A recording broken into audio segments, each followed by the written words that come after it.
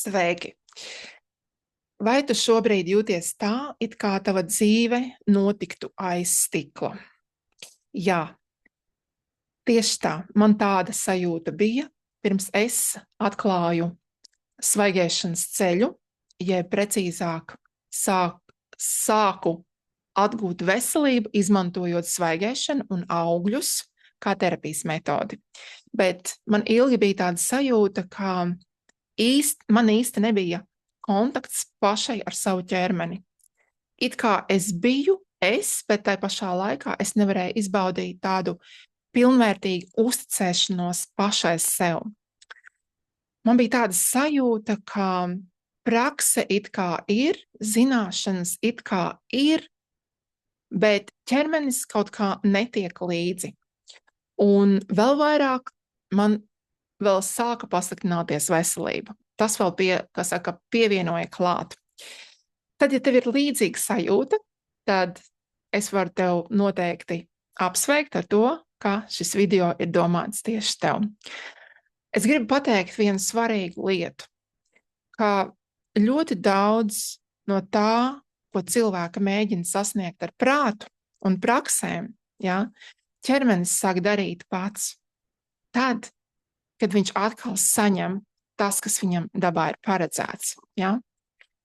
Mani sauc Gundega Elēna, un es esmu certificēta ķermeņa reģenerācijas mentore, palīdzu lielai transformācijai, veikt lielu transformāciju, jo mūsu veselības problēmas nav radušās vienā dienā.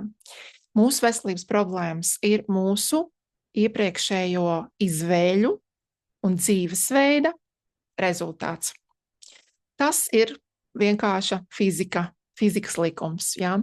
Tātad es strādāju ar detoksu un reģenerāciju, kā ar ceļu, un mazāk kā ar diētu, drīzāk ar dzīvesveidu. Jo patiesībā, kā es arī teicu, ka šis dzīvesveids un mūsu iepriekšējās izvēles ir radījušas mums tās situācijas vai tās stadijas, kurās mēs atrodamies šodien. Es esmu mentore, es esmu praktiķe, es varu teikt arī, ka es esmu pētniece. Es ļoti dziļi patīk man izpētīt lietas, un es šajā jomā jau darbojos ļoti sen. Tas ir jau, pat būs jau 20 gadi, kopš es esmu arī beidzot atraduši šo pavadiņu, to galveno, to vadlīniju, kas ir tās, kas izmaina pašos pamatos lietas. Mēs necīnamies, mēs šajā programmā necīnamies un necīnamies arī ar vējdzirnavām, teiksim tā. Mēs ejam pamatā. Un man ir arī teikuši cilvēki, ka es zinu arī to, ka mans teiktais bieži vien var izklausīties sarežģīti. Man ir teikuši, Gundega, tu runā ļoti dziļi, ļoti pat dažreiz sarežģīti, vai tu nevari runāt vienkāršāk. Un es, protams, meklēju tos īstos vārdus, lai es varētu runāt vienkāršāk un visiem, lai būtu saprotams. Bet ir lietas, ar kurām es negribu spekulēt, tikai lai tas izklausītos pieņemami, lai es vairāk varētu piesaistīt cilvēkus, ja tas neatbilst īsti tam kodolam, uz ko es strādāju. Un tāpat laikā man ir cilvēki, kas pie manis nāk un saka, Gundega, es beidzot esmu atradusi to, ko es esmu vienmēr meklējusi vai meklējis. Man ir gan sievietes, gan vīrieši. Un arī vecumu amplitūda man ir gan jauni, gan jau seniori, tā kā mēs esam ļoti dažādi. Un es saprotu to, ka es strādāju ar dvēselēm un apziņas stāvokļiem. Un cilvēks, kas ir tajā apziņas stāvoklī, kas spēj šo informāciju saprast, uztvert, pieņemt, tas cilvēks arī ir gatavs iet šo ceļu. Jo stāstīt tikai to virspusējo slāni, kas apmierina mūsu ego pasauli, īsti nav mans aicinājums. Tas ir ārkārtīgi liels darbs, kas patiesībā katram cilvēkam ir jāaiziet pašam. Tāpēc es runāju, jā, varētu teikt arī dziļi, un strādāju tātad uz šo sakni. Man ir svarīgi runāt nevis tik daudz par to, ko mēs ēdam, bet kāpēc rodas slimība, kāpēc mēs zaudējam plūsmu, kas ir šī plūsma, kāpēc dualitāte, kāpēc mums jāpievērš uzmanība dualitātei un tā tālāk un tā joprojām. Tātad šīs ir tās tēmas, par ko es ļoti daudz runāju. Un mans ceļš ir bijis ļoti, ļoti pilnasinīgs, jā, ļoti bagāts jau no pašas bērnības. Es tikai ar šo prātu šodien es esmu sapratusi, ka es esmu gājusi arī cauri ļoti smagiem stāvokļiem, arī veselības jomā. Man ir bijušas 2 reizes, to es esmu arī sapratusi, tikai tagad, jā, ka man 2 reizes ir bijušas tuvu nāvei, varētu tā teikt, jā. Tuva tāda pieredze, kas varētu mīties jau ar to. Bet es esmu šeit, un iespējams tāpēc es spēju uz šo realitāti skatīties caur daļēji pat caur paralēlās realitātes prizmu, bet tas nav nekāda ezotērika vai kaut kas tam līdzīgs. Es ieraugu lietas, kādas tās ir. Tā nav ilūzija, jo mūsu ķermenis patiesībā ar mums komunicē, un mums arī paziņo, kāda ir šī patiesība. Ja? Man vismaz 3 reizes dzīvē ir bijis tāds kā nulles posms, un es esmu sevi uzcēlusi no jauna, kā tāds fēniks, arī runājot gan par karjeru, gan attiecībās, gan arī veselībā. Un īpaši fēniksa laiks manā veselībā bija apmēram 37 gadu vecums, kad man notika klikšķis, jā, un es sāku vēl vairāk saprast, kas ir kas, vai ne? Un tāpēc es esmu radījusi arī šo telpu ļoti, es pat teiktu, vairāk priekš sevis vispirms, lai man ir vieta, kur es varu izrunāt, izteikt to, kas man ir svarīgs, un noteikti dalīties arī ar to ar citiem. Un tāpēc es izveidoju savu telpu, un ja ar tevi tas rezonē, es esmu ļoti priecīga tevi atbalstīt un pavadīt. Jā, tātad, protams, ka mums dzīvē ne visiem iet ļoti gludi, ka viss ir brīnišķīgi, jā, mūsu dzīve pārbauda, ir tās tātad mūsu iepriekš izdarītās izvēles, jā, tās par tām mēs būtībā, es negribu teikt maksājam, bet jebkas, ko mēs esam darījuši iepriekš, tas arī tas, ko mēs iegūstam, jā. To sauc gan kā karmas likumu, to var saukt arī par fizikas likumu, ko sēst to pļausi, vai arī katrai darbībai ir tāda pati vai pretēja pretdarbība, vai tātad reakcija. Ja? Tas ir par to, vai ne? Un mana pieeja būtībā balstās uz to, ka mēs ar ķermeni sadarbojamies. Protams, ka ir ļoti daudz nianses, kas ir jāzina, kāpēc ir kas. Tāpēc es pirmkārt dodu zināšanas, jo bez zināšanām ir ārkārtīgi grūti. Tur pa vidu sāk maisīties prāts, kas grib mūs sargāt pa visām varītēm, un prātam nevienmēr ir šī informācija, no kā pasmelties, prātam nav pieredzes ar šo informāciju. Tāpēc mums ir ļoti daudz darbs ar prātu, mums ir ļoti daudz prāts ar sevi, ar savu tātad šiem slāņiem, tā var teikt arī, jā. Un patiesībā tas izklausās ļoti sarežģīti, bet realitātē ir tas, ka, lai arī tas izklausās sarežģīti, tomēr mums šis ceļojums ir jāveic pilnīgā mierā, lai ķermenis nav jāspiež, jo tikai tad, kad ķermenis ir iegājis plūdumā bez spiediena, tad mēs varam arī runāt par ķermeņa reģenerāciju, tātad transformāciju, vai ne? Mēs radām ķermenim šos apstākļus, ja, un tas ir galvenais mūsu uzdevums, ja, tā konkrētā cilvēka uzdevums ir radīt savam ķermenim apstākļus, lai tas var pildīt savus, tātad šie mehānismi var darboties tie, kas ir iekodēti. Un tātad detoks ir reģenerācija, tātad, kā es arī minēju, nevis cīņa, jā, tā ir reģenerācija, tas ir dabisks process, nekas dabā nav cīņa, jā, cīņa ir tad, kad ir kaut kāda izveidota mākslīga stagnācija, un ir tātad šīs pretpoli, ir pretestība, tad ir cīņa, jā, bet tad, kad plūsma ir vaļā, tad plūsmas rezultātā pazūd viss, tātad pretestība un cīņa arī pazūd, jā. Nu, un tā ir plūsma, mitrināšana, ja, un izvadīšana, piemēram, mūsu situācijā. Protams, arī nervu sistēmas regulācija.